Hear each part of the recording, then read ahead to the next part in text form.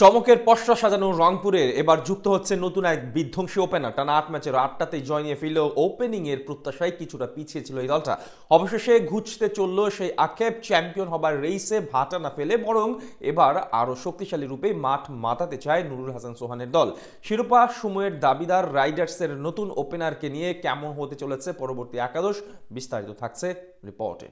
টানা ৮ ম্যাচের ৮টিতেই জয়। ঘরোয়া ক্রিকেটের আসরে এমন আগ্রাসী রূপে আগাতে এর আগে দেখা যায়নি কোনো দলকেই। তবে রংপুর বলেই হয়তো এবারের গল্পে রচিত হলো এমন এক অপরাজেয় আখ্যানের। বিশ্বের বিভিন্ন নামি দামি ফ্রাঞ্চাইজিকে নাকানি চুবানি খাইয়ে গ্লোবাল চ্যাম্পিয়নের তকমাজয়ী দলটা যেভাবে দুরন্ত গতিতে ছুটে চলেছে, তাদের রূপবেকে এটি যেন সবচেয়ে বড় প্রশ্ন হয়ে দাঁড়িয়েছে বিপিএল প্রেমীদের কাছে। চমকের পর চমক দেখানো দলটিতে এবার আসতে চলেছে নতুন এক চমক। জয়ের ধারায় বিন্দুমাত্র ছন্দপতন না ঘটিয়ে শুরু থেকেই অপরাজেয় তকমা ধরে রাখলেও ওপেনিং পজিশনে নিজেদের প্রত্যাশার পারদ পুরোপুরি পূরণ করতে পারেনি দলটি। জিএসএল মাতানো স্টিভেন টেলরও খুব একটা ব্যাট খুলে খেলতে পারেনি বাংলার মাটিতে। তাই টানা ৮ জয়ে এগিয়ে থেকে শেষ বেলায় পিছিয়ে পড়তে চায় না শিরোপার সময়ের অন্যতম দাবিদার দলটি।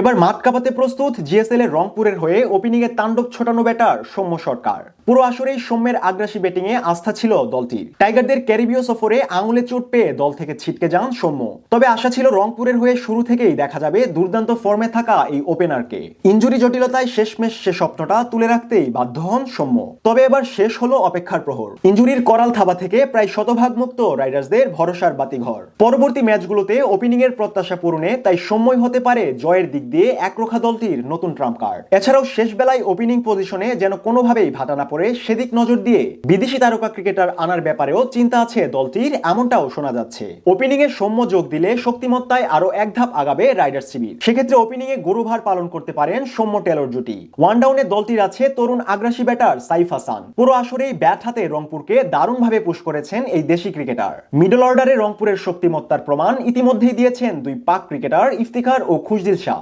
এরপর নুরুল হাসান সোহানের কথা না বললেই নয়। উইকেটের পিছন থেকে দলটাকে রকেট গতিতে এগিয়ে নিয়ে যাচ্ছে রংপুরের এই কাপ্তান। ব্যাট হাতে শেষ ওভারের খেলায় বড় টার্গেট তাড়া করে দলকে জেতানোই বলে দেয় কতটা শক্তিশালী এই উইকেট কিপার ব্যাটার। এছাড়াও রংপুরের স্পিন ইউনিটে ঘূর্ণি জাদু দেখাতে শেখ মাহেদির মতন কার্যকর স্পিনারের পাশাপাশি আছে পাক অলরাউন্ডার ইফতিখারের ডানহাতি অফ ব্রেকের জাদু। পেস ইউনিটে রংপুরকে ইতিমধ্যেই এক হাত এগিয়ে রেখেছে দুরন্ত গতির পেসার নাহিদ রানা। সাইফুদ্দিনের ফাস্ট মিডিয়াম বলের কথা তো একটু বলতেই হয়, কেননা গেল ম্যাচগুলোতেই প্রমাণ মিলে শেষ ওভারেও কতটা কার্যকর হয়ে উঠতে সক্ষম এই পেসার।